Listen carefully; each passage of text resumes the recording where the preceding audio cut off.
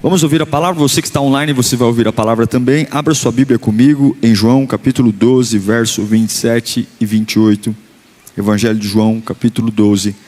Nós estamos na quinta-feira que antecede a sexta-feira, chamada de Sexta-feira Santa, a sexta-feira da crucificação de Jesus. Ele é preso na quinta-feira por Judas, lá no Getsêmani, e de lá ele sai para todo um processo de julgamento, desde a casa de Caifás até Pilatos, até a crucificação lá no Monte Caveira. Temos o sábado do silêncio, onde ele fica sepultado, e no domingo de manhã nós sabemos que Satanás caiu da cadeira. É ou não? Olha, se o diabo tivesse coração, ele teria um infarto, porque ele ressuscitou. Ele não só ressuscitou, como ele está aqui entre nós agora. Mas vamos para quinta-feira. Eu queria trazer algumas lições para você, porque é muito rico esse texto, é muito profundo, porque nós estamos falando de um Deus passando por um processo humano de sofrimento, e como Jesus lidou com isso, é como nós também temos que aprender a lidar com os nossos sofrimentos. João 12, 27 e 28, diz assim a Sagrada Escritura: agora o meu coração está perturbado, e o que direi? Pai, salva-me desta hora? Não, eu vim exatamente para isso, para essa hora. Pai, glorifica o teu nome. Então veio uma voz do céu: eu já o glorifiquei, e o glorificarei novamente. Curve a sua cabeça, verbalize o seu interesse em ouvir a palavra. Diga para Deus o quanto você tem a expectativa de receber dele comida, alimento, força. Diga para Deus que você está disponível para ser tratado, renovado. Diga para Deus que o seu coração está disposto a ser recuperado nele e na presença dele. Nós oramos agora, Espírito Santo. O Senhor tem total liberdade de agir nesse tabernáculo. Não só os que estão aqui, mas os que estão espalhados por todo esse planeta, que tiverem acesso a esta palavra, a esse momento. Nós te pedimos, venha com o teu poder e aviva a tua obra, aviva a tua igreja. E se houver algum impedimento, Senhor, algum obstáculo no mundo espiritual para que esta palavra alcance o seu objetivo, nós já damos uma voz de comando: Satanás saia, Satanás perca suas forças agora, porque nada vai roubar o poder da semente. Em nome de Jesus, diga graças a Deus. A gente tem que tomar muito cuidado quando lê esse texto, porque ele não é uma teoria, ele não é uma parábola e nem um poema. Isso aqui é vida real, é Deus vivendo os momentos que antecederam a sua crucificação. A cruz foi algo público, todo mundo via. Eu já estive em Israel algumas vezes. A gente vai até o Monte Caveira, o Gólgota. Quando a gente vê nas ilustrações de pintura, a gente tem a sensação de que o Monte Caveira era um monte alto que você subia. A gente já viu aquela ilustração do monte com 3 cruzes, né? Jesus no meio, o ladrão da direita e da esquerda. Mas na verdade não era assim. O Monte Caveira não era um lugar isolado. Era um monte onde havia comércio, havia ambulantes, porque a ideia do Império Romano na crucificação era intimidar outras pessoas para não cometerem rebelião. Então Jesus ele foi crucificado no meio de pessoas, no meio de gente que comprava, vendia, gente que estava vivendo a sua vida normalmente, e de repente Jesus estava ali crucificado. A crucificação ela foi pública, mas o Getsêmani foi secreto. O Getsêmani não tinha plateia. Muitas vezes a vitória que todo mundo vê nasce de um lugar que ninguém vê. Muitas vezes a conquista da nossa vida, que todo mundo bate palma para a gente, ela começou num secreto, numa atitude no secreto, numa atitude como o Getsemane. Lugar escuro, horário ruim, sem companhia, e os poucos que me acompanham dormem. Pedro, Tiago e João caem em sono profundo, eles não entendem a gravidade daquele momento. E sim, vitórias que todo mundo vê, algumas vezes são geradas em lutas que ninguém vê. Não subestime as lutas que você passa que ninguém vê. Não fique chateado porque não vem, porque é exatamente assim a vida real. Grandes lutas iniciam-se no secreto. E eu sei que tem gente aqui vivendo coisas que não sabem explicar. Lutas no secreto, reviravoltas, coisas que não funcionam. É alguma coisa parecendo que está nos esmagando, como Jesus no Getsemane. Ele vai lá e ele tem um encontro com um prenúncio do seu sofrimento. Ele sente o bafo dos demônios à sua volta, o ameaçando. Imagina os demônios dizendo: você não vai aguentar, você é santo, você é perfeito, você nunca pecou. Como é esse negócio de você assumir o pecado do homem?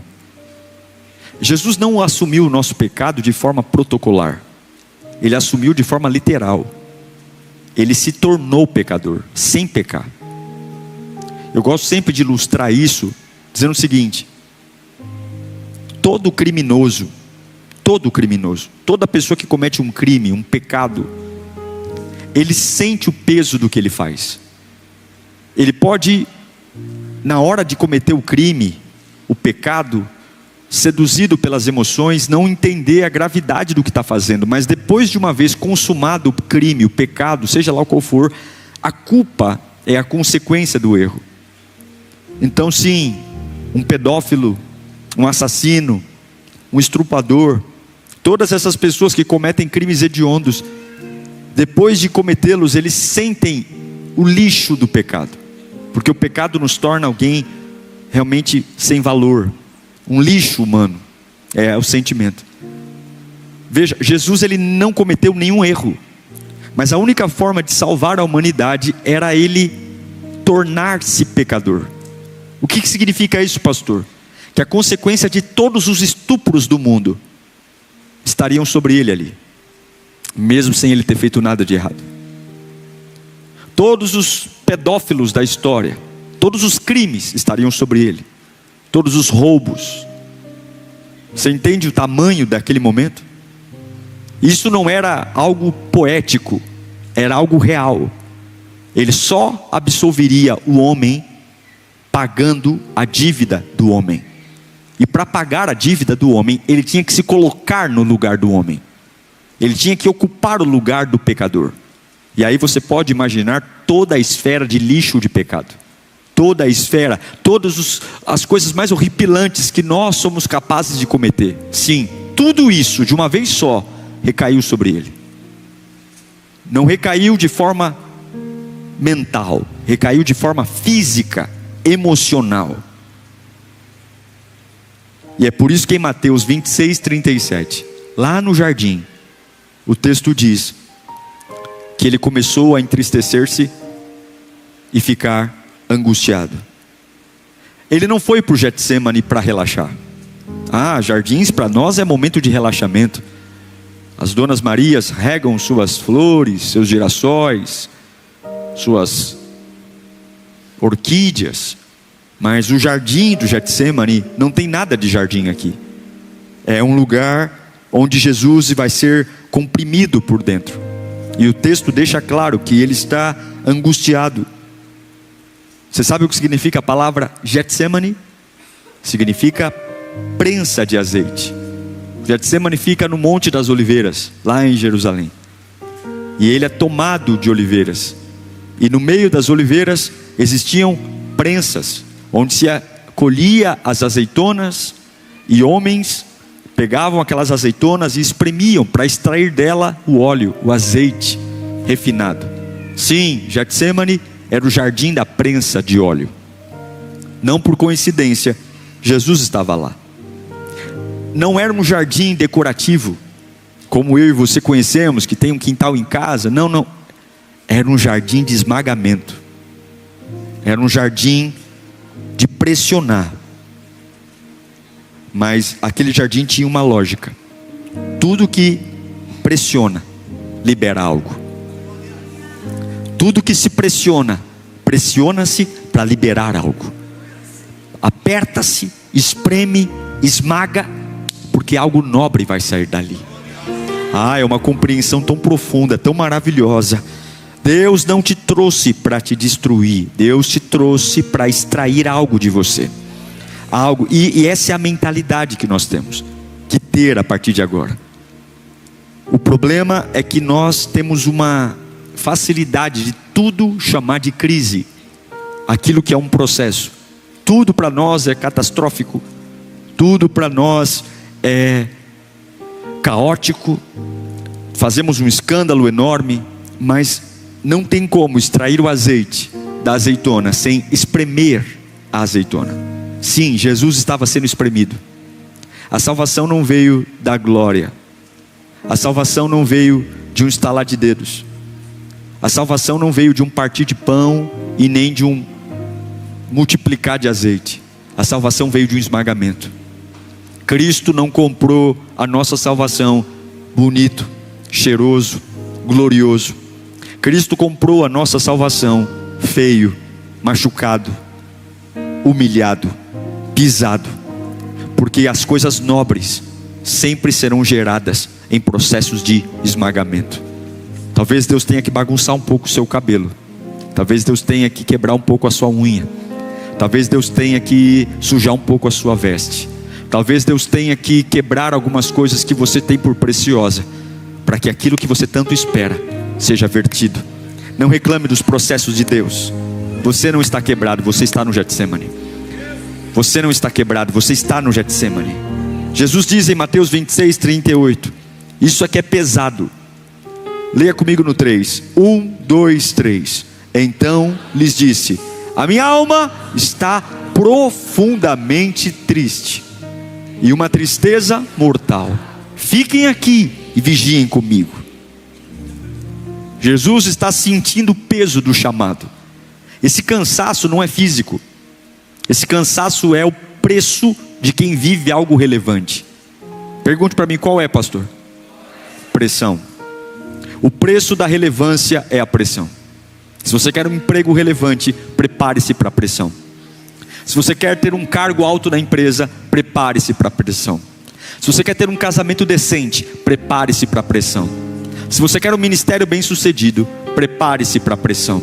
Jesus não tem problema de saúde. Jesus não está cansado fisicamente. Jesus está sentindo a grandiosidade do chamado que Ele está gerando. E por isso Ele diz: a minha alma está profundamente triste. Eu estou com uma tristeza de morte, porque isso é pressão. O corpo dele entra em estado extremo de estresse. Eu não sei se você já passou por isso, mas Jesus está passando por algo que eu e você nunca vamos passar. Nós não temos estrutura, mas Jesus está tendo um colapso intenso. O texto sagrado diz que ele tem uma angústia, uma tristeza de morte. Ele é Deus. Ele é o Deus Filho. Ele é a segunda pessoa da Trindade. Mas ele está dizendo: para mim é um sentimento claro que eu vou morrer. Eu sinto que vou morrer. Eu sinto que vou morrer. Eu sinto. É uma angústia profunda. É um colapso interno. Eu estou falando, não sei se você sabe do que é isso, guardado as devidas proporções, mas eu estou falando de coração acelerado. Só quem já teve coração acelerado por situações emocionais sabe do que eu estou falando. Eu estou falando de respiração pesada, puxar o ar e não conseguir normalizar. Eu estou falando de corpo em alerta. Alguma coisa vai acontecer. Você olha para todos os lados, você espera ataque de todo lado, você espera traição de todo lado. A ansiedade toma conta, dizendo para você mentiras uma atrás da outra, que tudo vai se acabar. você não consegue relaxar, você não consegue dormir, você não consegue encontrar posição, porque você está em alerta. Jesus está vivendo uma pressão psicológica no mais alto nível. Antes de pegar a cruz, ele já está carregando o peso dela lá no jardim. Jesus, ele tem a consciência de tudo que ele vai sofrer, de cada cuspe, de cada desprezo, de cada abandono. Ele tem a consciência de tudo. E agora, lá em Lucas 22:44, o corpo dele começa a exalar isso. Jesus entra em hematidrose. Jesus começa a suar gotas de sangue. Estando angustiado, ele orou ainda mais intensamente, e o seu suor era como gotas de sangue que caíam no chão. São vasos capilares que começam a se romper. Ele ainda não tem a coroa de espinho, mas o sangue já está vertendo da sua cabeça. O sangue se mistura com o suor. E lá no jardim, o corpo de Jesus literalmente está sangrando. Ninguém bateu nele, mas a pressão está arrancando o sangue dele. A pressão não é fraqueza. Jesus não é fraco. Isso aqui é responsabilidade espiritual. Isso aqui é chamado. Isso aqui é entender que eu estou vivendo por algo maior. Isso aqui não me chame Jesus de fraco, porque ele não é fraco. Ele está como eu e você, humano, 100% homem. E ele está enfrentando o peso de algo relevante, de algo que vale a pena. E quem enfrenta algo que vale a pena, enfrenta a pressão. E eu quero dizer, você não está quebrado, você está no Getsemane. Você não está quebrado, o diabo está dizendo, você está quebrado. Você não está quebrado, você está no Getsemane. Levanta a mão bem alto e diga, eu não estou quebrado, coisa nenhuma. Eu estou no Getsemane. E no Getsemane a gente sangra. E no Getsemane a gente chora. E no Getsemane a gente acha que vai morrer. Mas eu não estou quebrado, eu estou no Getsemane. Getsemane é processo, Getsemane não é fim. O preço de um propósito relevante é pressão. Se você passou esse ano e ainda não teve momentos de pressão, está na hora de você buscar algo relevante para entender o que é isso que eu estou pregando aqui. Em João capítulo 12, verso 27, Jesus diz mais uma vez, eu li em cada um dos evangelhos: agora o meu coração está perturbado. Coração perturbado. Sabe o que é coração perturbado? É agitação interna, é conflito violento, é colapso. Quando Jesus diz, meu coração está perturbado, ele está dizendo, tem uma guerra aqui dentro. Um dia você quer, outro dia você não quer. Um dia você ama, outro dia você odeia. Um dia você pensa em todos os cenários. Você gasta uma energia enorme sentado numa cadeira. Você gasta uma energia enorme chorando debaixo de um chuveiro. Você gasta uma energia enorme ficando acordado até 4, 5 da manhã. E há uma guerra interna, várias hipóteses, várias situações, várias vozes. É voz de alguém que falou com você ao longo do dia, é a sua própria cabeça falando com você, é o diabo te atormentando, são pessoas dando palpites. É isso que ele está sentindo.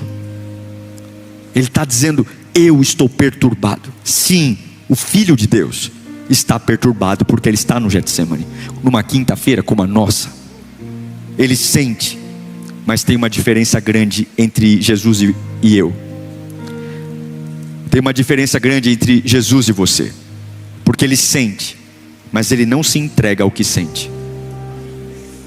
Jesus sente, mas ele não se entrega ao que sente. Ah, pastor, é difícil. É difícil porque você sente e você se entrega ao que sente. Jesus sente, mas ele não se entrega ao que sente. E sabe o que é o nome disso? Maturidade espiritual. Maduros espirituais sentem, mas não se entregam ao que sentem. Deus vai te dar essa maturidade nesse Getsemane. Você vai sentir angústia, você vai sentir vontade de morrer, mas você não vai se entregar ao que sente. Haverá uma habilidade espiritual descendo sobre nós nesta noite, aleluia. Eu declaro os céus abertos sobre esse tabernáculo. Eu declaro os céus abertos sobre a tua mente. Eu declaro isso. Sentir não é problema. Sentir não me torna fraco. Jesus sentiu vontade de morrer e não se tornou fraco. Jesus sentiu perturbação e não se tornou fraco. Sentir não é um problema. Entregar-me ao que sinto é um problema. Render-se ao sentimento te te torna instável, te faz tomar decisões erradas, abrir a boca fora de tempo. Por quê? Porque eu estou sentindo demais. Escute, o sentimento é um péssimo líder. O sentimento é um péssimo motorista. O sentimento é um péssimo piloto. Olha o que Jesus diz depois do sentimento de amargura. João 12, 27. Olha isso aqui, Jesus, hein? Agora o meu coração está perturbado, e o que eu direi? O que ele disse? Primeira coisa: Pai, salva-me desta hora. Só tem. A perturbação, a angústia, o sentimento falou dele e deu a ele uma opção. Olha como é perigoso isso. Ele está dizendo: Deus, o que eu estou sentindo sugere eu dizer: Pai, me tira daqui. O sentimento sempre vai tirar da sua boca uma oração errada, um pedido errado. E é isso que Jesus está dizendo. A pancada da pressão vai me fazer dizer o que? Pai, me tira dessa hora. Mateus 26, 39.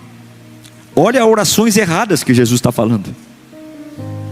Indo um pouco mais adiante, prostrou-se com o rosto em terra e orou: Meu Pai, se for possível, faz o quê? Afasta de mim esse cálice. Que entendimento você tem, senão Jesus dizendo: Pai, eu estou considerando não passar mais por isso. Pai, na minha cabeça passa uma ideia, se for possível o Senhor aí entender que eu quero estar fora daqui. Ele está sentindo isso. E quando nós somos guiados pelo que sentimos, fazemos pedidos errados. Quantos pedidos errados você está fazendo porque a sua alma está perturbada? Quantos pedidos errados você está fazendo porque seu coração sente uma tristeza angustiante? Talvez na sua família, talvez em relação ao seu casamento, em relação ao seu trabalho, e você tem feito orações erradas, dizendo para Deus te tirar de lugares que não são lugares ruins, são lugares de prensa, para extrair o óleo puro. E se não for nesse lugar, você nunca vai fluir em coisas que precisa fluir. Não reclame dos processos. Então não vem com essa que você é um super-homem. É por isso que eu não acredito em super-crente, sabia? É por isso que eu não acredito naqueles santarrões que sobem no monte e parece que você tem que passar óleo ungido para conversar com ele. Porque se Jesus Cristo sentiu vontade de desistir, quem sou eu na fila do pão? Se o Filho de Deus passou pela cabeça dele por um momento só, sair daquele ambiente, dizer: Pai, me tira daqui, me leva para a glória, vamos encerrar o assunto, porque eu não quero mais, porque eu estou sentindo angústia. Quem é você para bancar de durão o dia inteiro? Quem é você para matar no peito e dizer: eu aguento todo, eu sou forte? Queridão, se Jesus quase pediu para o Pai arrancar ele do jardim, aceite que você não é super-homem. Aceite que você sente coisas ruins, sim. Aceite que tem hora que a vontade que dá é pegar as trouxas e sair correndo por esse mundo, como toda mãe fala para um filho, né? Se vocês não se comportar, vou pegar minhas coisas, e vocês quando chegar aqui não vai ter mais ninguém. Já vi mamãe ameaçando isso? Quem é a mãe que minha mãe já ameaçava quando era criança? Olha, você vai ter um dia que vocês vão chegar em casa e não vão me achar mais.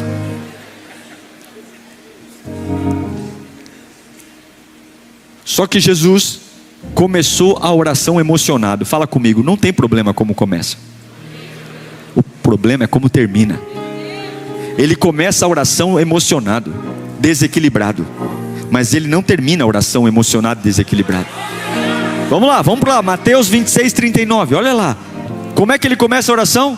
Meu Pai, se for possível, afasta de mim esse cálice. O que é essa oração? Pedindo para fugir, pedindo para sair. Mas como é que ele termina? Contudo, não seja como eu quero, mas seja como tu quer. Não é como eu começo, é como eu termino. Não é como eu começo, é como eu termino. Eu chego diante de Deus quebrado, eu chego diante de Deus falido, Eu chego diante de Deus desanimado. Eu chego diante de Deus querendo matar um, querendo matar outro. Eu chego diante de Deus querendo destruir todo mundo. Eu chego diante de Deus com ódio. Eu chego diante de Deus com vontade de me matar. Eu chego diante de Deus com vontade de cortar os pulsos. Mas eu começo a orar, e eu não começo, eu posso até começar na emoção, mas eu vou terminar alinhado à vontade de Deus. Eu vou terminar alinhado à vontade de Deus. Eu não sei para que eu estou pregando aqui. O problema não é como você começa, é como você termina. E tem gente aqui que começa orando e termina reclamando. Não, começa reclamando e termina adorando. Aleluia. Ai pastor, eu vou começar a oração clamando a Deus e no final eu desisto. Não, começa desistindo, que o Espírito te envolve, a graça de Deus te toma, e você lembra quem você é, e você vai se levantar nesse jardim. Você não está quebrado, você está no Getsemane. Você não está quebrado, você está no Getsemane. Você não está quebrado, você está sendo prensado. Você não está quebrado, Deus vai tirar um óleo dessa situação. Você não está quebrado, o diabo está mentindo. Você não está quebrado, o diabo está mentindo. Você não está quebrado, o diabo está mentindo. Deus está pressionando você, Deus está arrancando algo de você, e Ele está dizendo: sinta tudo, mas não se entregue ao sentimento. Você não é o que está sentindo, você é o que eu tenho planejado para você. Você não é o que está sentindo, você não é, você é o que eu tenho planejado para você. Jesus começa a oração sentindo. Se for possível, tira o cálice. Se for possível, me arranca daqui. Mas ele termina a oração obedecendo. Pai, seja lá o que eu estiver sentindo, faz a tua vontade, faz a tua vontade, faz a tua vontade. Eu querendo morrer mesmo, faz a tua vontade. Eu querendo ir embora, faz a tua vontade. Você consegue ser submisso à vontade de Deus apesar do que está sentindo? Você consegue ser submisso à vontade de Deus apesar dos seus desejos? Você consegue ser submisso à vontade de Deus apesar da sua raiva, apesar da sua vontade, da sua revolta? Você consegue, ou você termina a oração revoltado? Ou você termina o culto revoltado? Ou você para e vai para sua casa depois desse culto com uma tromba de elefante dizendo: não é justo, não é justo? Deus está dizendo: está na hora de encerrar essa oração com obediência. Está na hora de encerrar essa oração com obediência. E aqui tem uma virada. No meio da dor, Jesus ativa a sua identidade. Ele ativa. João 12, 27. Olha que texto poderoso. Agora o meu coração está perturbado. Que direi? Pai, salva-me desta hora. Pai, tira-me daqui. Mas agora, enquanto a alma dele quer destruí-lo, os sentimentos querem destruí-lo, ele lembra: não, que bobagem eu estava falando. Como sair daqui? Eu vim exatamente para isso. Eu vim para essa hora. A minha emoção está dizendo, o meu sentimento está dizendo: tira daqui, tira daqui. Mas o plano de Deus está dizendo: tira daqui coisa nenhuma. Eu vim para estar, eu estou no lugar certo. Eu vim para isso. E é essa a verdade que eu quero que você entenda. Jesus está dizendo: meu sentimento quer que eu vá embora, mas a minha identidade diz: eu sei porque eu estou aqui. Quem esquece o propósito não suporta a pressão. Mas quem lembra da identidade, lembra que Deus não erra, lembra que Deus tem plano. Jesus está dizendo: eu vim para cá. É horrível esse lugar, mas faz parte do capítulo, faz parte da história. É horrível essa sala de hospital, é horrível essa UTI, é horrível esse medicamento, é horrível esse desprezo, é horrível essa porta fechada, é horrível essa calúnia, essa difamação, é horrível essa mentira, é horrível esse aperto. Mas eu não estou aqui do nada, eu não apareci do nada. Deus me empurrou para essa situação. Deus permitiu que cavalgassem sobre a minha cabeça para me levar a um lugar espaçoso. Eu vim para essa hora. Eu quero dizer que você não está vivendo uma página da sua vida perdida. Eu quero declarar que você não está vivendo um tempo onde é um hiato, onde nada vai acontecer. Você veio exatamente para 2026. Você veio exatamente para o dia 2 de abril de 2026. Esse dia está marcado na eternidade. E você não está quebrado, você está no Getsemane. Você não está quebrado, você está no Getsemane. Deus não perdeu o controle. Eu vim para essa hora. Olhe para tudo que você está enfrentando. Levanta a mão e grita comigo: eu vim para essa hora. Eu vim para essa hora. Você veio para esse tempo. Você veio para esse tempo. Rejeite da sua cabeça que você é um perdido. Rejeite da sua cabeça que você está vivendo um tempo sombrio, um tempo improdutivo. Eu estou vivendo um tempo perdido. É uma era perdida. Não tem era perdida. No Getsemane alguma coisa vai fluir desse período. Você não está quebrado, você está sendo exigido. Você não está quebrado, você está sendo posicionado. Você não está quebrado, Deus está te amadurecendo. E aí tem algo poderoso, porque Jesus diz: eu vim para essa hora. E aí ele olha para o lado, Mateus 26:40. Depois Jesus voltou para os discípulos. Ele levou dos 12, ele levou 3, os mais próximos: Pedro, Tiago e João. E aí Jesus está vivendo o pior momento dele no jardim. E é tão bom ter um ombro amigo, ter alguém que nos faça bem, não é? Que diga umas palavras de encorajamento. Mas Jesus não conseguiu isso com ninguém, coitado. Depois ele voltou aos seus discípulos e os encontrou o quê? Dormindo. E aí ele fala: vocês não puderam vigiar comigo nem por 1 hora, mas nem 1 horinha. Perguntou a Pedro. Jesus está no momento mais pesado antes da cruz, e os mais próximos a ele, aqueles que ele escolheu a dedo, dizendo: não é possível, dos 12 aqui, vocês são os mais próximos, vocês são os que mais me entendem, vocês são aqueles que andam comigo. João é aquele que deita a cabeça no meu peito. Os mais próximos estão dormindo, porque o Getsemane, ele revela quem está com você e quem só está com você quando a vida é leve. Tem gente que não consegue ficar acordado ao seu lado quando a sua vida pesa demais. E eu vou falar uma coisa muito honesta para você: não fique bravo com eles. Não fique bravo com as pessoas que não conseguem acompanhar o ritmo do seu processo. Não fique dizendo: cadê aquelas pessoas? Não fique bravo. Jesus, ele não cancelou o propósito porque o apoio humano falhou.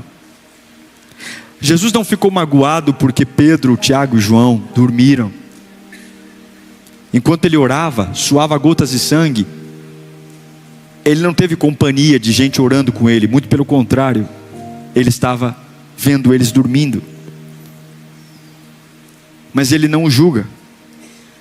Ele simplesmente os acorda, os exorta e volta a fazer o que ele tinha que fazer.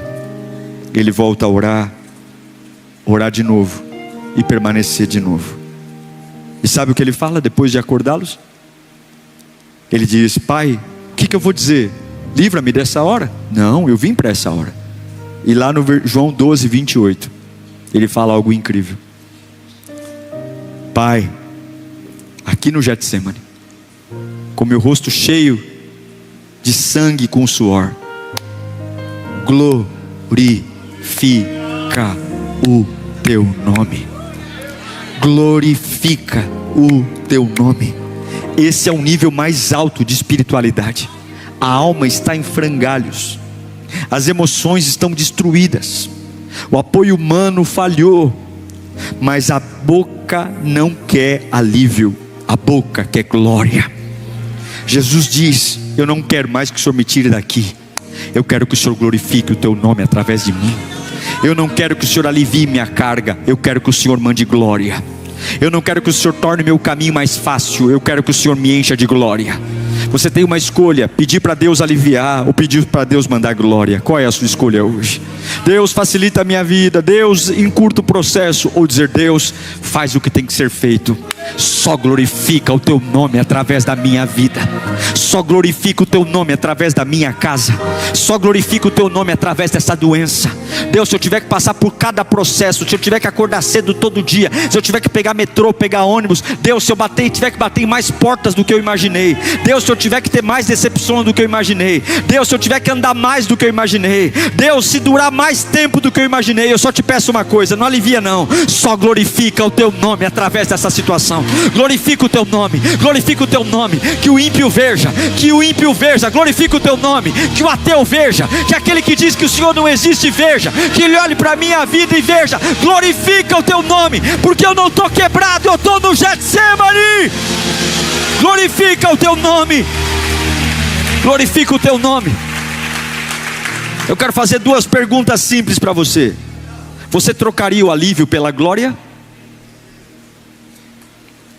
Você trocaria o alívio pela glória? Responda para si mesmo.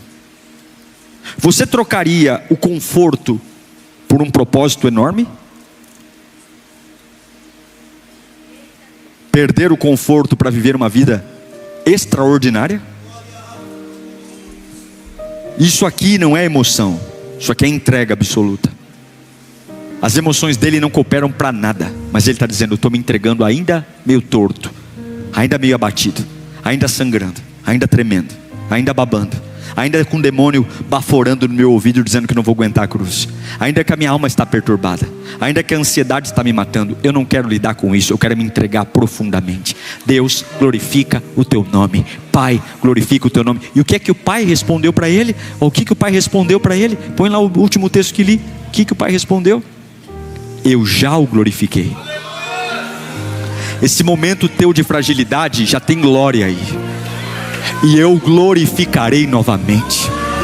Ele está dizendo: ontem, filho, hoje, nessa quinta-feira, eu já estou te glorificando. Fica firme, que domingo vai ter mais glória ainda. Vai ter. Eu já o glorifiquei, e eu o glorificarei. Já o glorifiquei, e o glorificarei. Você não chegou aqui de graça, você não entrou nesse culto de graça, você não chegou aqui de graça. Deus está com você, mas Deus não abandona. Você pode estar equilibrado, quer dizer, desequilibrado, abatido, sangrando, mas Deus sempre faz algo novo. Lucas 22:43. No meio do jardim, quem aparece? Quem aparece no meio do jardim? Ele está tremendo, ele está sangrando. A alma dele está dizendo: você vai morrer. Ele está sentindo amargura, mas ele tomou uma decisão de não seguir pelo que sente, sentir pelo que Deus quer fazer. Obedeceu. E quando ele obedece, pede glória ao invés de conforto, a Bíblia diz que apareceu então um anjo do céu que o fortalecia. O anjo não veio tirar o cálice, o anjo não veio facilitar a vida de Jesus, o anjo não veio impedir Judas de chegar, o anjo não veio impedir o soldado romano de chegar, o anjo não veio impedir a humilhação. O anjo veio trazer força para enfrentar o que eu tenho que enfrentar.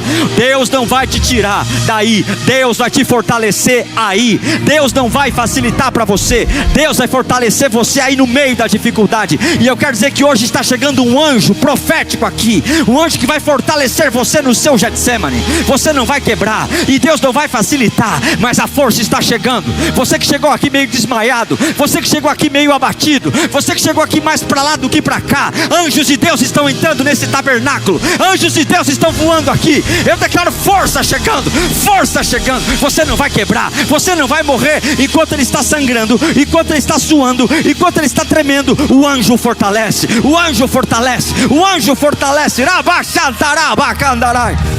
O anjo fortalece, o anjo dá força para suportar, o anjo dá força para aguentar. É por isso que você não enlouquece. Todo mundo diz: depois desse dia ele vai enlouquecer. E Satanás fica com cara de trouxa, porque você não enlouquece. Ele acha que você enlouquece, mas o anjo fortalece. O anjo fortalece. Deus não vai tirar você de tudo que dói, mas Deus vai te dar força para atravessar tudo que dói. Deus não vai te tirar de tudo que dói, mas Deus vai te dar força para atravessar tudo que dói. Deus não vai curar todas as doenças, mas Deus vai te dar força para atravessar todas as doenças. Deus não vai abrir todas as portas facilmente, mas Deus vai pôr você em algum labirinto, não para que Ele quer torturar você, mas porque quanto mais eu espremo, mais sai azeite. Quanto azeite você quer na sua vida? Tem a ver com quanta pressão você suporta. Diga-me da pressão que você está disposto a aguentar, e eu direi a você o azeite que vai sair de você.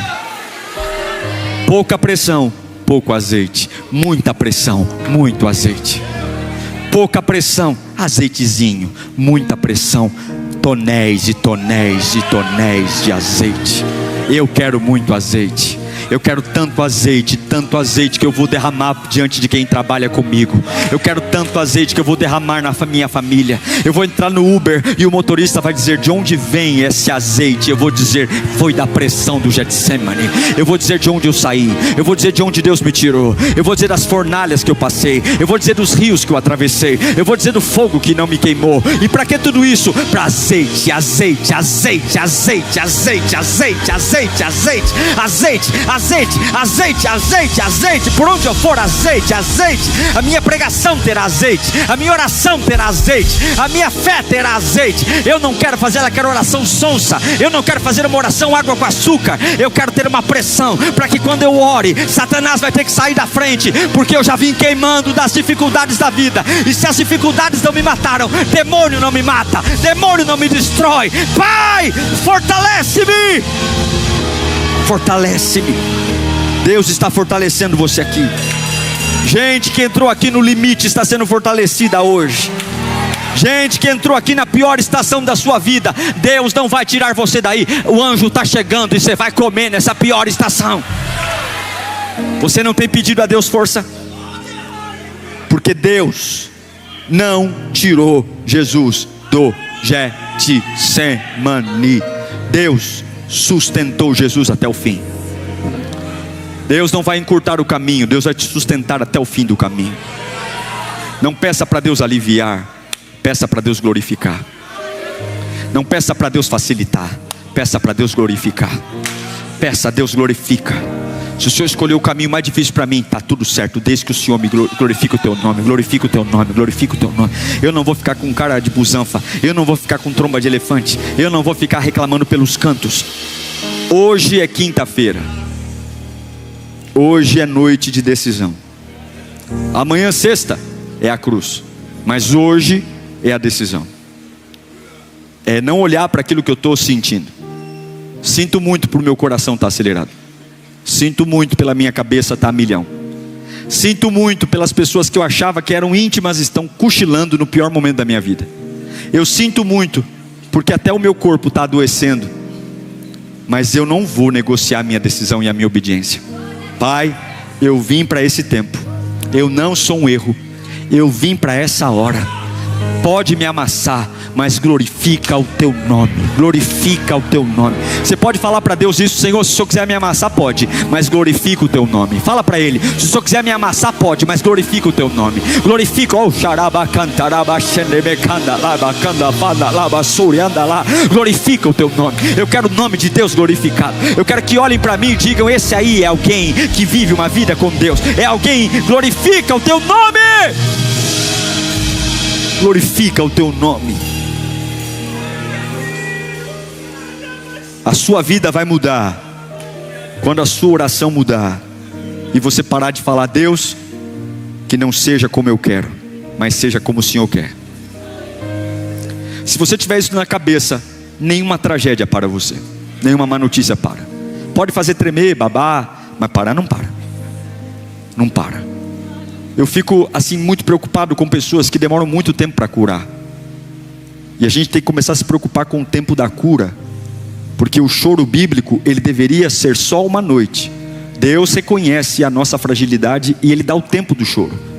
O duro é quando essa noite dura anos, e a gente chama isso de normal. E por que chora tanto? Porque nós queremos que Deus faça a nossa vontade. E enquanto você quiser que Deus faça a sua vontade, você não aceita o que aconteceu e prolonga o luto, prolonga a cama, prolonga o lenço.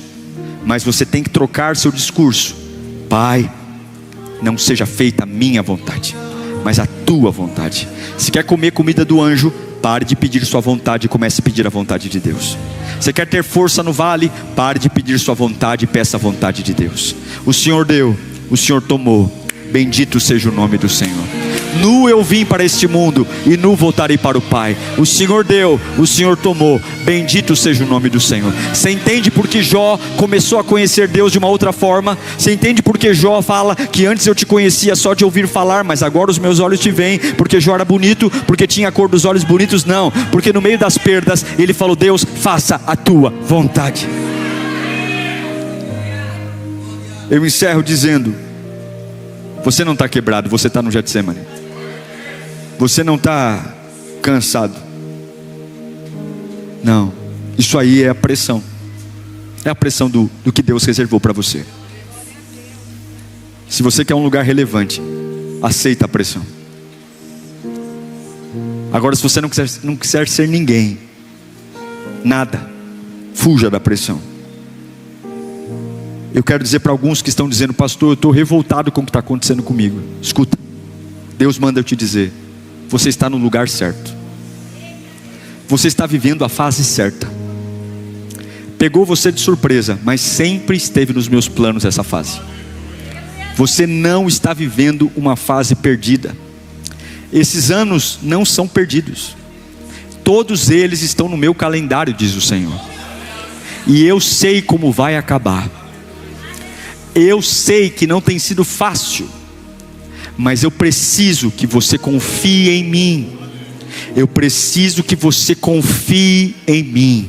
Mais do que dói, confia em mim. E eu lhe afirmo: estarei com você hoje, e glorificarei meu nome em você hoje, mas outra vez também glorificarei. Hoje eu digo a você: é gota de sangue e suor, mas isso vai se reverter em corpo glorificado.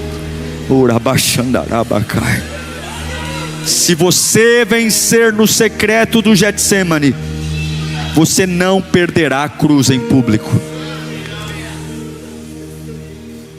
Enfrenta o teu jardim.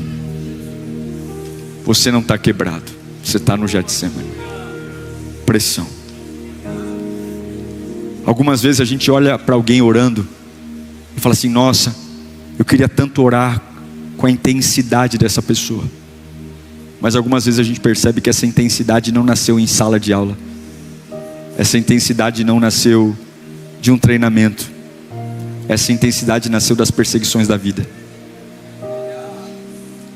Algumas vezes a gente vê uma pessoa pregando com força, com vigor, com intensidade, fala: nossa, qual é o seminário de teologia que essa pessoa fez? Qual é o curso? E não é sobre apostila. A gente aprendeu a pregar com fogo, porque a gente vem ardendo das batalhas da vida. Não é sobre técnica, é sobre entender que tem coisa que só vem da prensa. E eu não estou quebrado, eu estou no Getsêmani só.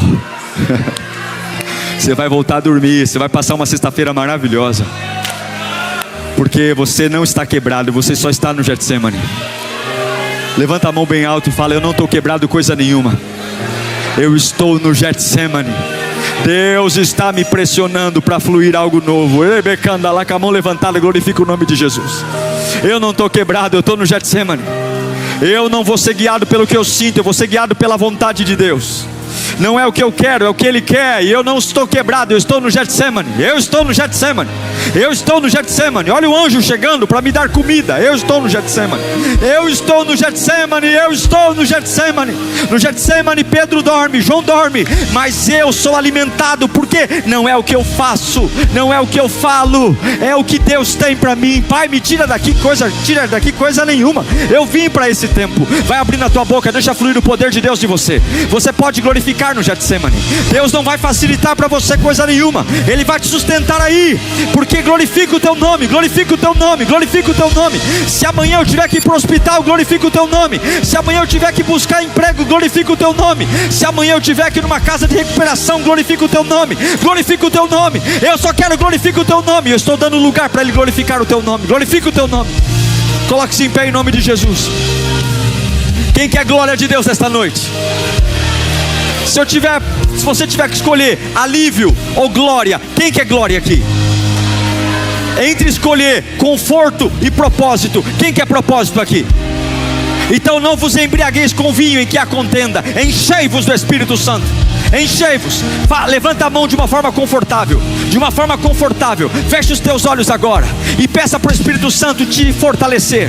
Feche os teus olhos agora e fala comigo: Espírito Santo, me alimenta, me alimenta. Eu declaro anjos de Deus indo até você agora. Anjos de Deus levando suprimento. Anjos de Deus levando força. Deus não vai facilitar para você, Deus vai te dar força. Força, você que está cansado, você que está debilitado, você que está exausto, a cabeça exausta, coma agora, coma agora. Eu declaro o teu corpo sendo renovado. Eu declaro a tua mente sendo renovada. Eu declaro sua alma sendo renovada. Eu declaro seu espírito sendo renovado. Eu declaro declaro uma energia que você ainda não tinha. Urabacanta, labaxerebeca. Você que não é batizado em línguas, receba agora o batismo. Receba o batismo com fogo. Receba o batismo com fogo. Receba o batismo com fogo. Deus não vai tirar você do Getsemane. Deus vai fortalecer você no Getsemane. Receba poder, receba poder, receba poder. Feche os teus olhos agora. Sinta a glória de Deus. Sinta a glória de Deus. Sinta a glória de Deus tomando conta de você. Vai dizendo: Pai, eu quero força. Eu quero força no meio desse Getsemane. Eu quero força no meio desse Getsemane.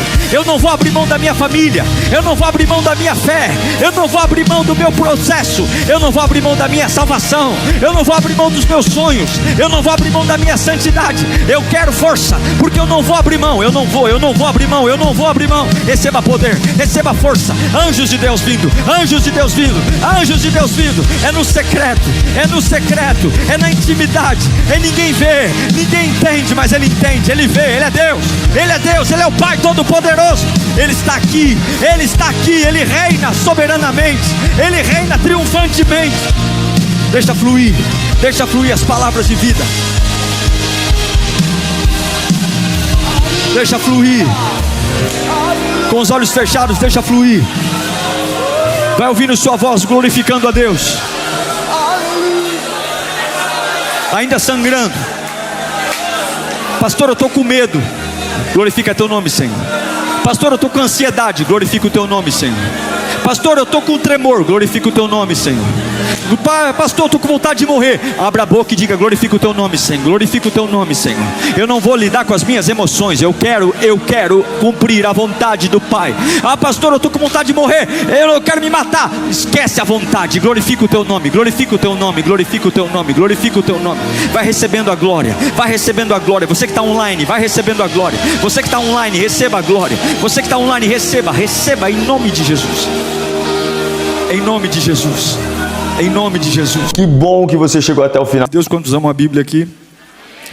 Então você não vai se acostumar em ouvir a palavra, ok? A voz do pastor é sempre a mesma, o ambiente é o mesmo, mas existe uma revelação nova para o seu coração.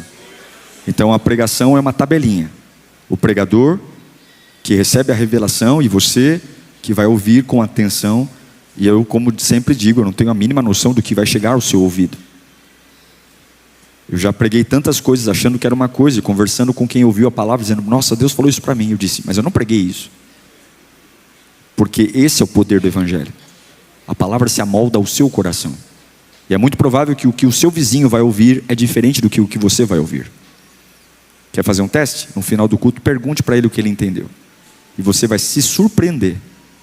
Parece que ele nem estava no mesmo lugar que você. Porque a palavra, ela é pessoal. Ela é individual. Deus não trata a gente como multidão. Ele sabe o seu nome, seu endereço e como você chegou aqui. Abra sua Bíblia comigo no livro de Ezequiel, capítulo 1, versículo 1. Livro do profeta Ezequiel, capítulo 1, versículo 1. Você que está online, você vai ouvir a palavra de Deus. Deixe que essa palavra pegue você também. Abra o seu coração para que o Senhor encha você de uma revelação da palavra.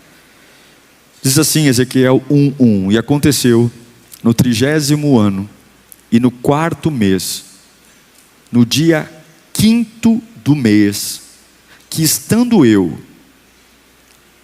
no meio dos cativos, junto ao rio Quebar, se abriram os céus e eu vi visões de Deus.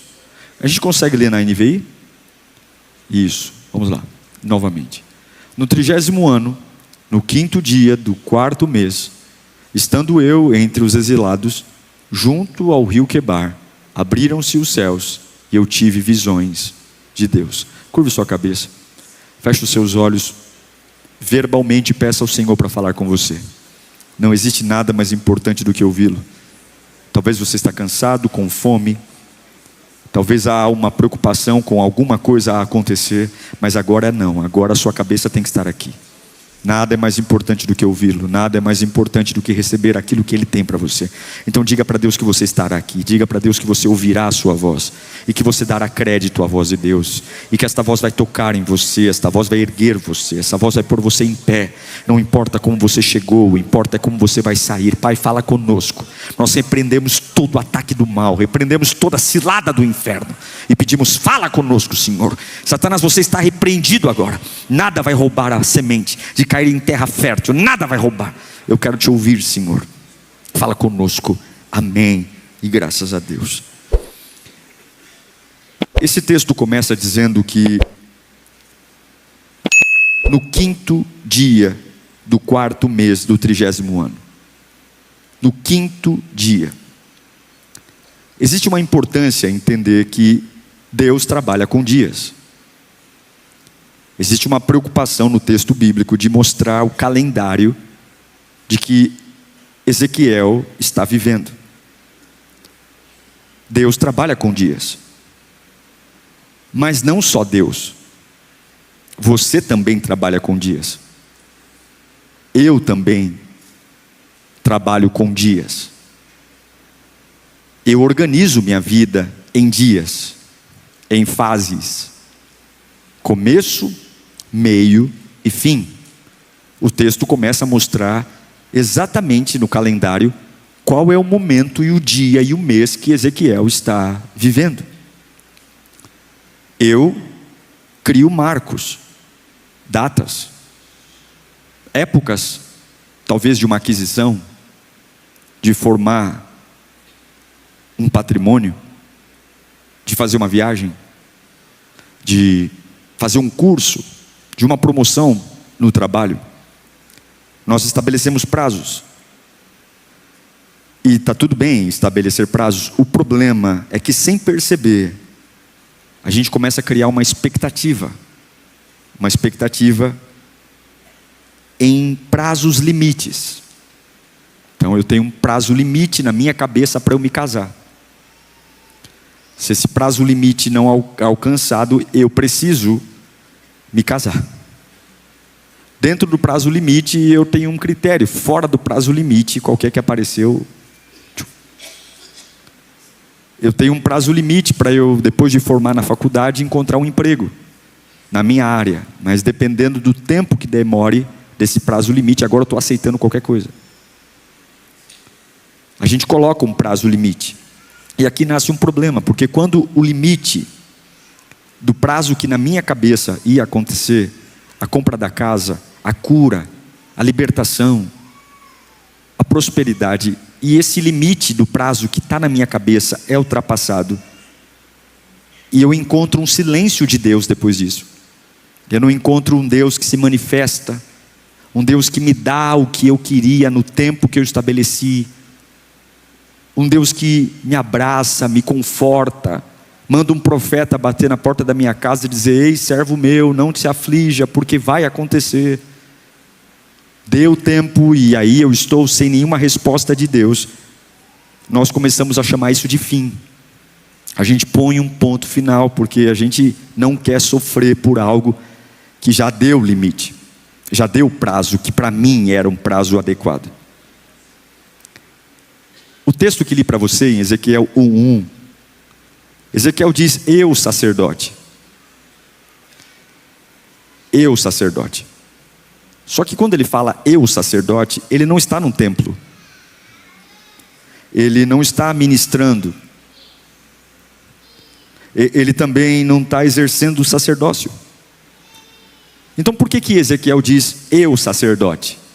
É o começo do seu livro. Porque o sacerdócio, no caso dele, não era uma função só.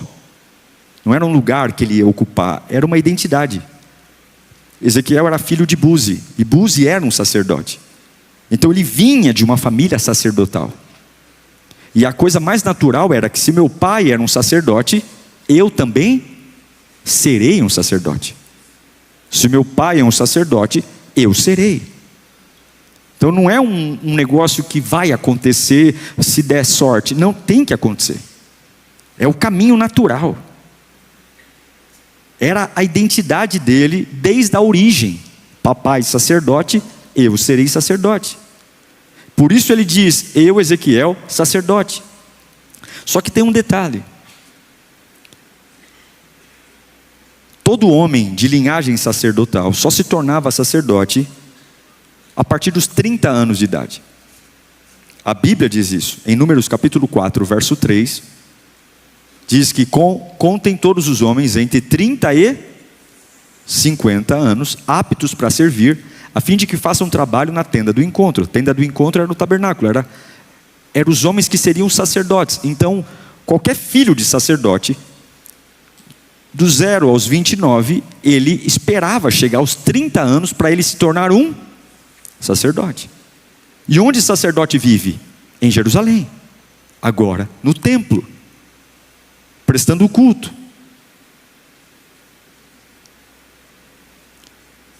Ezequiel, ele não está correndo atrás de um sonho. Ele sabe que naturalmente vai acontecer. Ele sabe que é só deixar os dias passarem. Deu 30 anos, ele vira o quê? Sacerdote. São os dias que ele estabeleceu. Existe uma lógica, é um caminho correto. É só esperar, vai dar certo. Deu 30 anos, eu, Ezequiel, me torno sacerdote. Ele está esperando um começo que já é esperado, como muitos de nós aqui. A gente está sentado aqui dizendo, pastor, só estou esperando chegar dezembro. Já está tudo desenhado, vai acontecer. Estou sentado aqui, olha, já está tudo planejado, vai acontecer, é o caminho natural. Eu vou casar, eu vou viajar, eu vou abrir minha empresa, eu vou ter filhos, eu vou constituir família. Eu estou sentado, é o caminho natural. Eu espero por isso. Só que mudou tudo. Mudou tudo, porque agora não é só sobre um desejo de Ezequiel, é uma expectativa legítima. Ele sabe que vai ser sacerdote com 30 anos. Só que agora, presta atenção, chegou o tempo de dar 30 anos para ele. Com quantos anos a gente é sacerdote? Dos 30 aos 50, 30 anos. Só que está chegando o tempo de ser sacerdote. Mas ele não está onde deveria estar. Porque não tem sacerdote na Babilônia. Sacerdote fica em Jerusalém. Ele não está em Jerusalém. Está chegando o tempo que na minha cabeça vai acontecer. Só que nesse tempo que eu acho que vai acontecer, eu não estou onde eu acho que deveria estar. Eu estou na Babilônia. E esse aqui é um golpe. É um golpe que dói demais. Porque Deus não mudou o tempo. Deus continuou mantendo a norma. Qual é a norma? Com 30 anos, você, Ezequiel, filho de um sacerdote, se tornará sacerdote. Deus não mudou o tempo. Deus mudou o cenário. Ele agora está num lugar diferente de onde ele deveria estar. E aqui tem uma dor. Você espera que algo aconteça, mas a sua realidade é totalmente antagônica ao que você espera acontecer. Você espera que vai estourar uma boa notícia, mas você mora num ambiente de más notícias. Você espera que naturalmente virá uma cura, mas você está morando num lugar de pioras. Ezequiel sabe, eu sacerdote, mas ele está na Babilônia. Deus mudou o cenário. Babilônia é um lugar de exílio para o povo hebreu, para o povo judeu. E quando Deus muda o cenário, o seu plano pode parar de fazer sentido. Quando Deus muda o plano, o seu plano pode parar de fazer sentido. Você pode dizer, uau, parece que o caminho correto que eu estabeleci, que parece que era natural, não vai acontecer mais. Porque na Babilônia, fala comigo, não tem altar. Na Babilônia não tem templo. Na Babilônia não tem sistema levítico. E eu estou na Babilônia. E no meu tempo com 30 anos eu ia ser o quê? Mas como que eu vou ser sacerdote no lugar que não tem templo? Como que eu vou ser sacerdote num lugar que não tem nada que me faça ser sacerdote? Não tem nenhuma possibilidade de exercer o que eu nasci para exercer onde eu estou. E se isso acontecer com você? E se o que você acha que tem que acontecer não tiver a mínima possibilidade de executar nesse momento o que você tem que executar ou fazer? Então imagina Ezequiel, 28 anos, faltam 2 anos só, 28 anos. Deus pode fazer, Deus pode fazer, Deus pode fazer. Eu estou aqui, mas tem 2 anos para Deus fazer, me tirar daqui, me levar para Jerusalém. Deus pode fazer. Eu, Ezequiel, o sacerdote, 29 anos, 1 ano só falta, só 1 ano falta. Deus pode fazer, Deus pode mudar essa realidade. É o caminho natural, Deus vai cumprir o plano. 30 anos eu sou sacerdote, eu sou filho de sacerdote. 29 anos, está tão perto, faltando poucos meses, 3 meses, 4 meses, a fé cresce, vai dizer, vai estourar um milagre. Deus vai mandar um jato, Deus vai mandar um ônibus me buscar, Deus vai mandar um anjo me levar para lá, para Jerusalém, porque esse é o caminho correto. Eu vou ser um sacerdote. Deu 30 anos, vai acontecer. Uma fé explodindo de expectativa, porque nós fomos ensinados a crer que até a última hora, até o último minuto Deus pode fazer, sim ou não? A gente foi ensinado, eu fui ensinado. Para mim só morre quando para de respirar, porque até o último minuto Deus pode curar qualquer doença. Para mim a porta só fecha quando Deus tranca, porque tem uma frestinha aberta, Deus pode mandar a porta abrir de novo. Então eu imagino Ezequiel dizendo, estou com 29 anos e 11 meses e 30 dias, falta um dia, nesse único dia Deus pode fazer uma reviravolta na minha vida, e eu posso ir para onde eu tenho que estar, cumprir aquilo que Deus estabeleceu para mim. Mas eu quero dizer hoje que Deus vai quebrar isso na nossa mente, porque deu 23 horas e 50 minutos e nada aconteceu. Deu 23 horas e 59 minutos e Deus não levou Ezequiel para Jerusalém. O dia virou, ele amanheceu com 30 anos de idade. Naquele dia, no plano dele, ele teria roupa de sacerdote, ele teria cinto de sacerdote, ele teria rotina de sacerdote. Mas com 30 anos de idade, ele está acordando na Babilônia. Nada aconteceu. Deus não mandou nenhuma voz, Deus não mandou nenhum sinal, Deus não mandou nenhuma intervenção. Por quê? Porque Deus não quis. E isso aqui é muito pesado que estou pregando aqui, porque você tem que abrir a sua mente. Isso aqui não é sobre Ezequiel, isso é sobre você. Isso é sobre aquilo que você acha que vai acontecer, porque é o caminho natural. E eu quero dizer uma coisa: a gente aguenta esperar, mas nós não aguentamos não entender. Enquanto eu estou esperando e existe uma lógica, eu espero. Mas quando a minha espera não faz mais sentido, é aqui que a gente quebra. Agora, com 30 anos, Ezequiel começa a perder o sentido da espera, porque até os 29 anos e 12 meses, Deus podia fazer alguma coisa para eu seguir o caminho natural, ser um sacerdote. Mas agora com 30 anos e 1 dia, 30 anos e 2 meses, 30 anos e 4 meses, a sensação que eu tenho é: meu Deus, que intervalo é esse? Meu Deus, eu estou ultrapassado. Meu Deus, eu estou ficando para trás. Meu Deus, o que tinha que começar ainda não começou. Meu Deus, eu estou velho. Meu Deus, o que vai acontecer comigo, Senhor? Meu Deus, a minha vida está parada. Meu Deus, cadê as promessas? Meu Deus, qual é o caminho natural? E aí o Satanás vem dizendo: você, está vendo? Deus abandonou você, você precisa fazer alguma coisa, porque até os 30 anos tinha que estourar na sua vida a promessa. Você não é filho de um sacerdote, você deveria ser um sacerdote. E esse é o lugar onde as pessoas travam, porque a memória congela. Eu agora só estou desesperado, porque eu tenho 30 anos e 20 dias, 30 anos e 40 dias. Então eu conto os 30, porque é onde tinha que acontecer. E agora eu conto depois dos 30, que é onde vem cada dia de decepção por não ter acontecido o que seria o caminho correto. Eu estou formado desde 2015, mas eu tenho tantos dias que eu não consegui trabalhar na área. Eu tenho tantos dias que eu estou sozinho. Eu tenho um caminho correto que não aconteceu, onde a dor se repete, onde o porquê ecoa na minha alma, porque a ausência de resposta machuca mais do que uma resposta negativa. Porque se Deus tivesse dito para Ezequiel: olha, Ezequiel, esquece o sacerdócio, seria fácil, mas Deus não fala nada.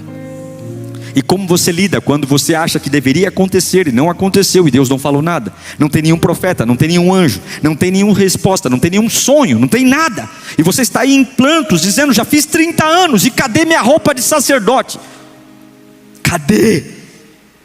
Tem gente viva e parada porque se perdeu no intervalo. Mas o Espírito de Deus está aqui. Deus vai mostrar para você que Ele não perdeu o controle. E por mais que exista um caminho óbvio, Deus nem sempre segue o que é óbvio. Por mais que as pessoas tenham feito uma linha do tempo dizendo: aqui você rompe, aqui você prospera, aqui você casa, Deus está dizendo: eu não me submeto à linha dos homens, eu faço o que quero como quero. Eu quero declarar hoje a soberania de Deus sobre a sua vida. Você não viverá engessado a uma linha do tempo. Sim, eu sou filho de Buzi. Buzi era um sacerdote. Com 30 anos a linha do tempo é: Ezequiel, você será um sacerdote. Mas eu tenho uma palavra: Deus tem planos diferentes para você. Eu tenho uma palavra: não se amolde aquilo que todo mundo acha que vai acontecer. Deus tem planos diferentes para você. Deus tem planos diferentes para você, Ezequiel. Deus tem planos diferentes para você, Ezequiel. Deus não se atrasou. Deus desconstruiu um caminho. Você está preparado para Deus desconstruir alguns caminhos? Alguns caminhos lógicos, algumas coisas que para você tinha que acontecer, e Deus está dizendo: não vai ser por aí. Deus está quebrando o caminho de Ezequiel. Deus está dizendo: não vai ser como você imaginou, não vai ser no tempo que você imaginou, não vai ser na função que você imaginou. Não vai ser. Você não vai ser sacerdote. Você não vai ser sacerdote, porque o que ele queria fazer não cabia no que Deus ia fazer. Nem sempre o que você quer fazer cabe naquilo que Deus preparou. Então Deus vai dizer: não é por esse caminho, eu tenho outras coisas para você. Você está flexível para isso? Você quer ser isso, mas eu tenho coisas maiores. Você quer isso, mas eu tenho coisas maiores. Nem todo plano certo é o plano de Deus. O plano certo para Ezequiel qual era? Com 30 anos eu viro sacerdote. É o plano certo, é o plano do script. Mas Deus está dizendo: o plano certo não é meu plano. Eu tenho outros planos para você. O que eu tenho para você não é em Jerusalém. O que eu tenho para você é na Babilônia. O que eu tenho para você não é vendo o que vai acontecer em Jerusalém, é aqui na terra do exílio. Nem sempre o plano certo é o plano de Deus. Então você está chateado porque você quer o plano certo? Não, não queira o plano certo, queira o plano de Deus. O plano certo é: está tudo na matemática, está tudo feito conta, eu já aluguei o ponto. Deus está dizendo: mas não é isso que eu tenho para você, é outro lugar, é outro ponto, é outra coisa. Pare de pedir o plano certo, comece a pedir o plano de Deus. O plano que nem olhos viram, nem ouvidos ouviram, nem passou pela mente humana. O plano que muda toda a minha estratégia, que me dá frio na barriga, perna bamba. Eu fico completamente perdidinho da Silva, porque não tem ninguém para olhar, para comparar o que está acontecendo. Mas eu não quero o plano certo, eu quero o plano de Deus. Levanta a sua mão e grita comigo: eu não quero o plano certo, eu quero o plano de Deus. Fecha os olhos e grita de novo: eu não quero o plano certo, eu quero o plano de Deus. O plano de Deus é perfeito. No plano de Deus há unção. No plano de Deus há poder. No plano de Deus o inferno treme. No plano de Deus as coisas milagrosas acontecem. Deus vai fazer além do plano certo. Deus vai fazer o plano dele. Não reclame das coisas que estão mudando, porque nem sempre é o plano certo, é o plano de Deus.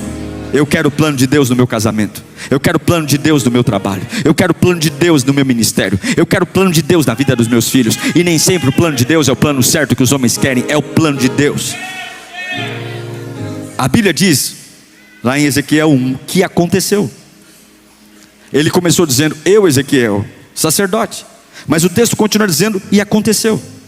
Depois de um prazo, depois de um limite, que foi depois dos 30 anos, aconteceu alguma coisa. E o que aconteceu não foi em Jerusalém. Jerusalém era o plano certo. O que aconteceu não foi no templo. O templo era o plano certo. O que aconteceu não foi com o sacerdote. A Bíblia diz que o céu se abriu. Fala comigo: o céu se abriu. O céu se abriu. Deus não resolveu o cenário. Deus não tirou ele da Babilônia. Deus mudou a dimensão do lugar que ele estava. Então Deus não levou ele para onde ele tinha que estar. Deus manteve ele no lugar que era estranho. E no lugar estranho, uma nova dimensão chegou. O que você quer? Estar no lugar certo? Ou ter uma nova dimensão? O que você quer? Estar num lugar onde todo mundo vê que é óbvio você está? Ou estar num lugar estranho, um lugar que não combina com o plano certo, mas nesse lugar ver um céu aberto e uma nova unção descendo sobre você? Me perdoe você que gosta daquilo que sempre é o plano certo. Eu prefiro uma nova dimensão no lugar errado. Eu prefiro uma nova dimensão no lugar estranho. Eu prefiro ver aquilo que ninguém vê no lugar estranho. Eu prefiro ser quem eu quero ser diante de Deus na Babilônia, do que estar num plano certo, xoxo, em Jerusalém. Eu prefiro ver o céu aberto na Babilônia do que ver o céu fechado em Jerusalém. Eu estou pregando para alguém aqui. Deus vai mudar aquilo que você acha que é o certo para viver aquilo que é sobrenatural. Comece a se desapegar de coisas, comece a se desapegar de fórmulas, comece a se desapegar. Meu primo foi assim, minha tia foi assim, meu pai foi assim. Sim, Buzi, parabéns para você, Buzi, que foi um grande sacerdote. Eu não sei quem foi, muito Buzi, mas eu sei que os planos de Deus para Ezequiel não são como os planos do papai, são planos diferentes. Se prepare para viver coisas diferentes. Olha lá, Ezequiel 1. Põe de novo. No 5º dia do 4º mês, estando entre os exilados junto ao rio, abriram-se os céus. Onde os céus se abriram? Na Babilônia. Isso aqui é profundo. Porque o que um sacerdote faz?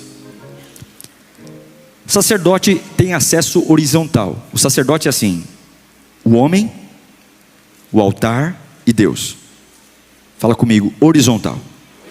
Um sacerdote vai em direção ao homem, e do homem ele vai ao altar, e do altar ele encontra Deus. É assim que o sacerdote serve, horizontal.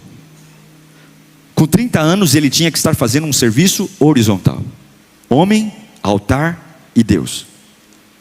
Só que com 30 e poucos anos, ele está no lugar que não era o lugar correto, mas era o lugar que Deus queria. E Deus muda a lógica, não é mais uma relação horizontal: homem, altar e Deus. Agora uma relação vertical: céu e o homem. Céu e o homem. Eu, Ezequiel, entre os exilados que estão na Babilônia, vi o céu se abrindo, e eu tive visões. Ezequiel não virou um sacerdote. Ele não virou um sacerdote, porque ele passou a ter acesso direto a Deus, sem precisar ser um sacerdote. O sacerdote precisa do altar para chegar a Deus. Ezequiel não precisa passar pelo pedágio do altar. O céu se abriu e ele fala com Deus diretamente.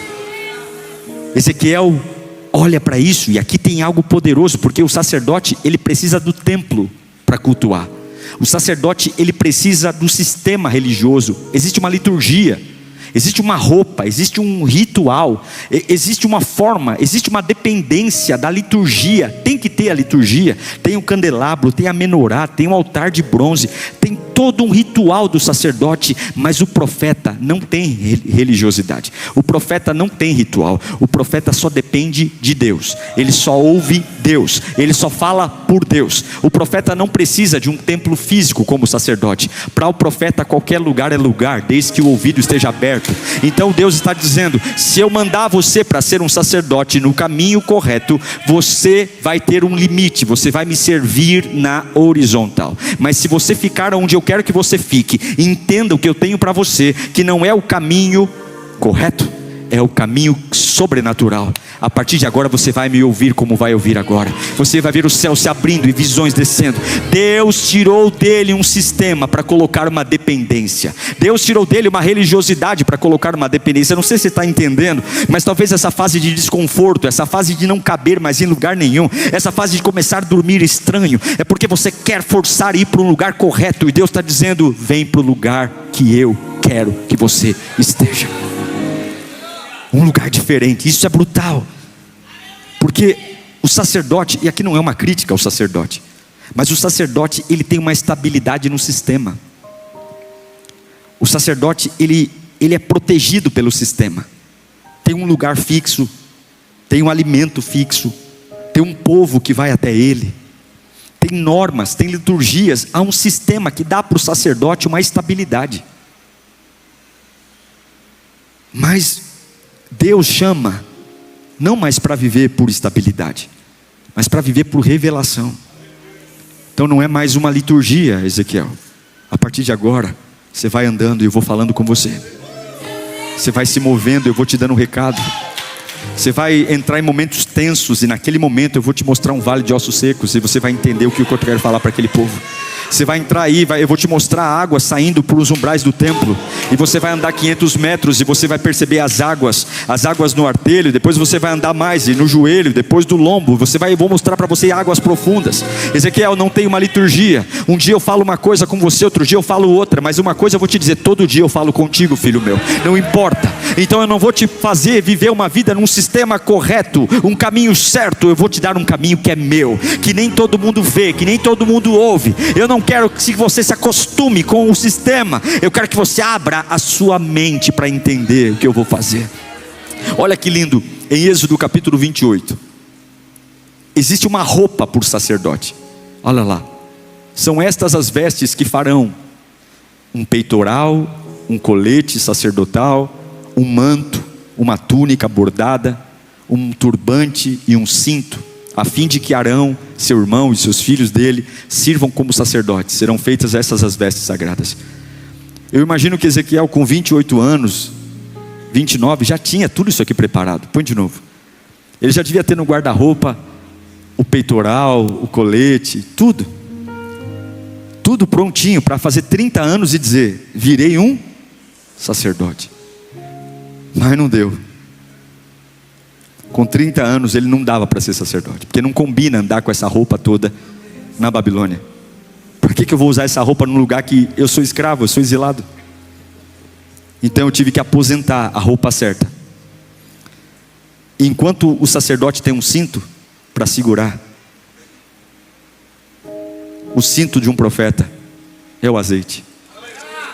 O que segura a roupa de um profeta não é cinto, é azeite. Sem azeite, a roupa do profeta cai. Sem azeite, não tem profecia.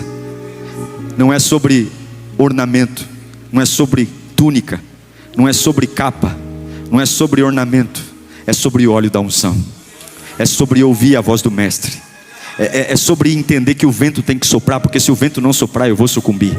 Porque não vão me respeitar pela minha roupa, não vão me respeitar pela ritual, vão respeitar pela unção e o óleo que eu carrego. Não vão me respeitar porque eu falo bonito, vão me respeitar porque eu falo o que Deus quer que eu fale. Não vão me respeitar porque eu tenho um bom pedigree, ou porque eu falo bem, mas vão me respeitar porque em mim caminha a unção de Deus.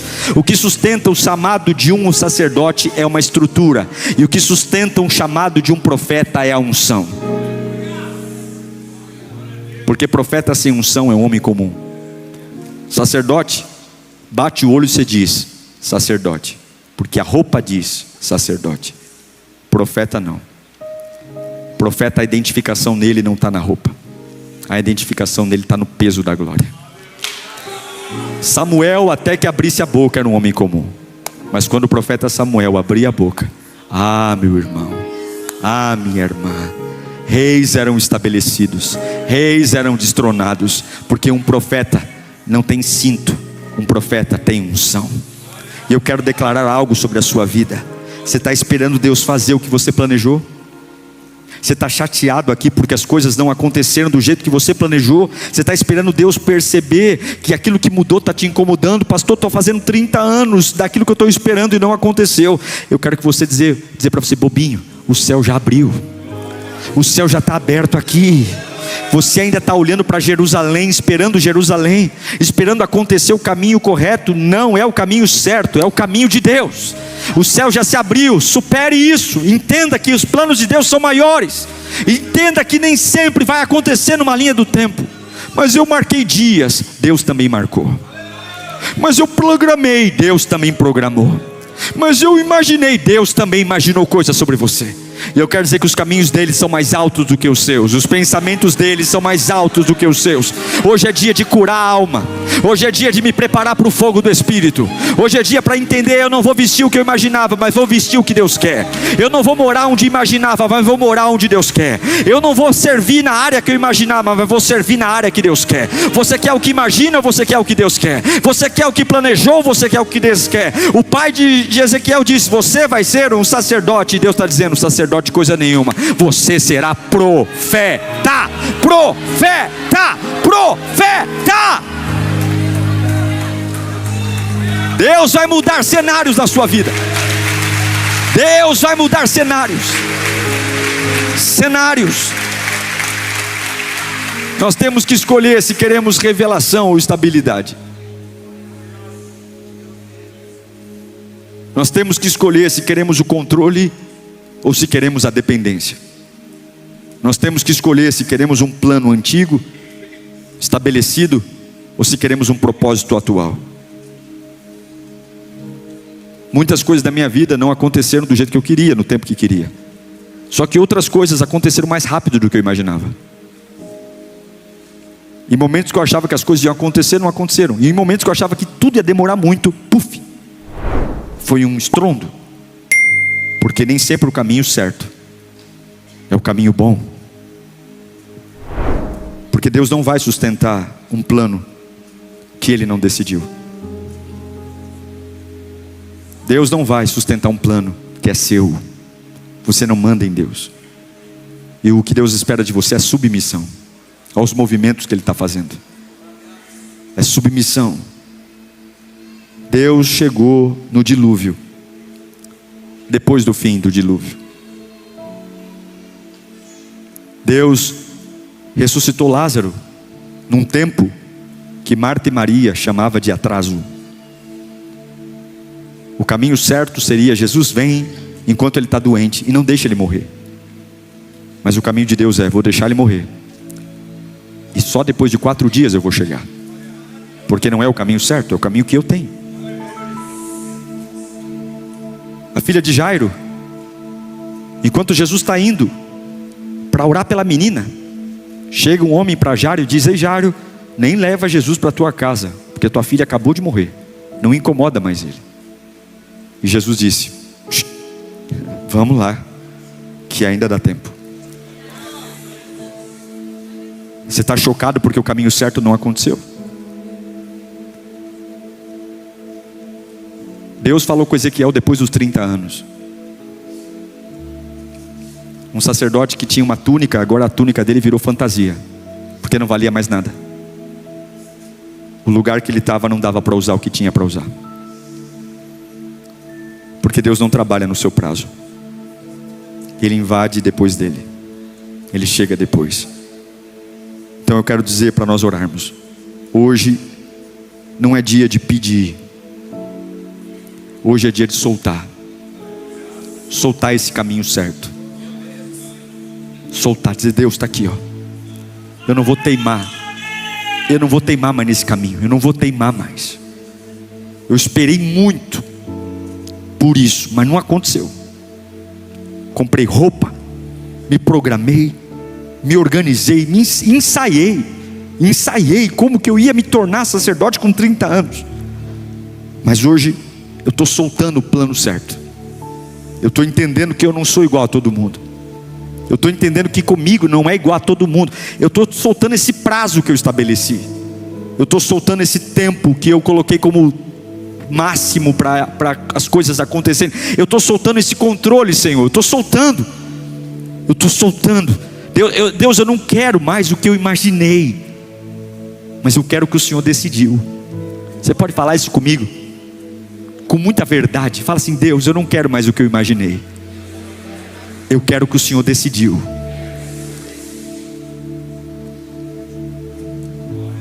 Eu quero o que o Senhor decidiu. Eu quero o que o Senhor decidiu.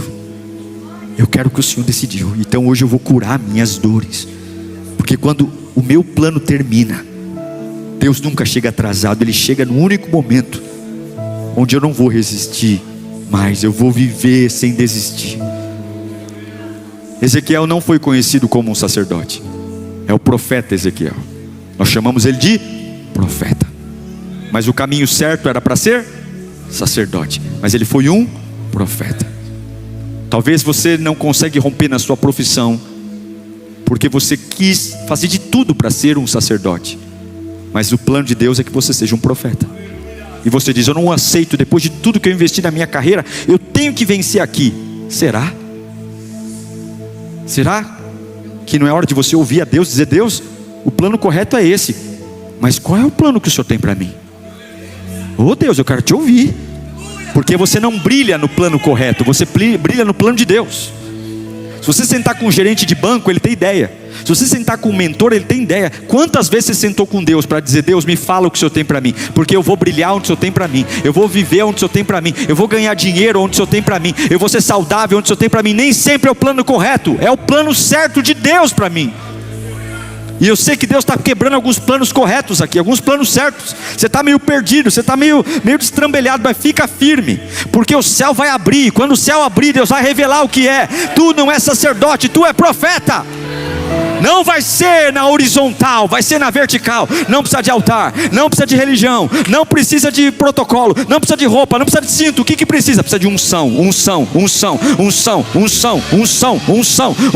santidade, unção, coragem, unção para ser, unção para pregar, unção para viver, unção. Deus está fazendo algo lindo aqui nesta noite. Deus está mexendo com áreas que doem no seu coração. Deus está arrancando de você esse controle. Você vai soltar, você vai soltar, você vai soltar. Pastor, eu estou frustrado. Está frustrado porque quer ser o caminho correto.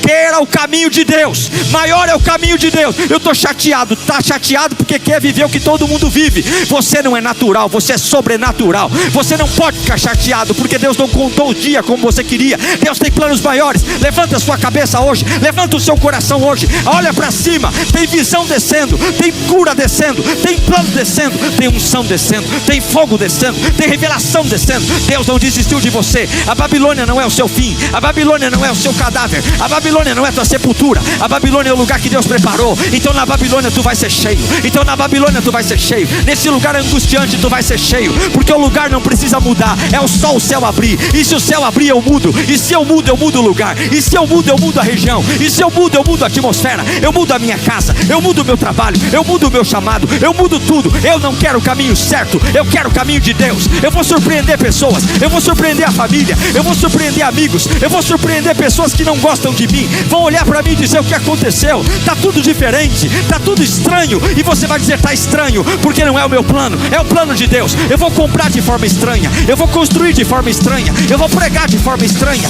Eu não vou ser sacerdote, eu vou ser profeta. Se surpreenda, porque Deus vai te surpreender nesses dias. Vão acontecer coisas fora do caminho certo, e pessoas vão bater na tua porta e dizer: como pode isso? Como pode isso? E você vai dizer: o céu abriu e aconteceu. O céu abriu e aconteceu. Coloque-se em pé em nome de Jesus. Glória a Deus. Eu não tenho medo. Eu aprendi uma coisa na minha vida. Esses dias conversava com o Carlos e falávamos sobre isso. A dor me ensinou a me curar rápido.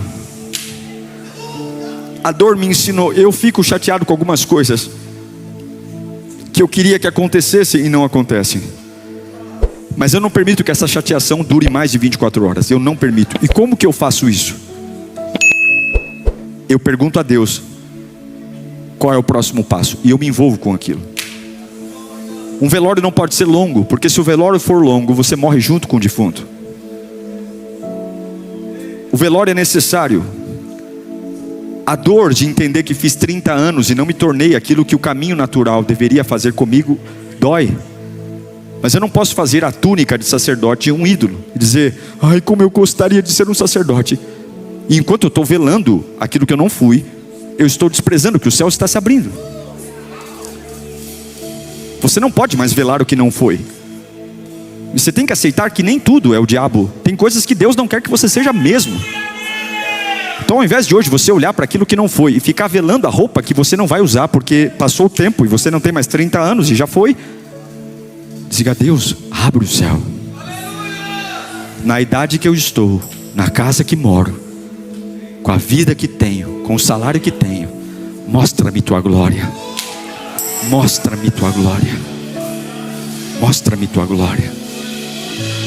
Eu quero que você feche os teus olhos. Eu quero que você aceite diante de Deus. Perdeu o controle agora. Essas vozes que te oprimem, trazendo uma sentença de que você está velho, cansado, ultrapassado. Porque o certo, aí chega aquela tia chata, aquela tia enjoada: mas moça, você não vai fazer nada, você está atrasada. Chega aqueles membros da Capetolândia e enche a paciência, dizendo que já era. Não, você não pode, você precisa olhar para Cristo agora e soltar o controle. Comece a entregar o controle do Senhor. Pai, se não acontecer do jeito que eu quero, está tudo bem. Se não acontecer do jeito que eu planejei, está tudo bem. Se não acontecer do jeito que eu imaginei, está tudo bem, está tudo certo. Se não imaginei do jeito que eu imaginei, está tudo certo, está tudo bem. Se não acontecer, está tudo certo.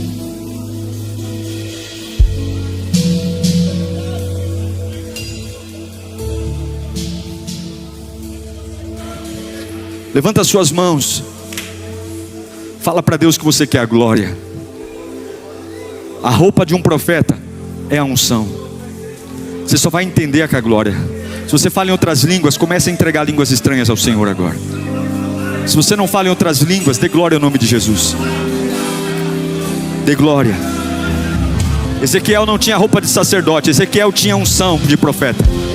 Ezequiel não tinha altar para ir. Ezequiel não tinha templo para cuidar, mas Ezequiel tinha uma voz para ouvir. Ezequiel não tinha liturgia religiosa. Ezequiel tinha um fogo dentro dele que queimava e via o céu aberto. O céu aberto, o céu aberto, o céu aberto. Eu quero a glória. Vai lá baixando, arabacanta, arabassuri, andalemecanta, alabafá. Abra tua boca e receba a unção. Talvez não tenha cinto para você, mas tem óleo.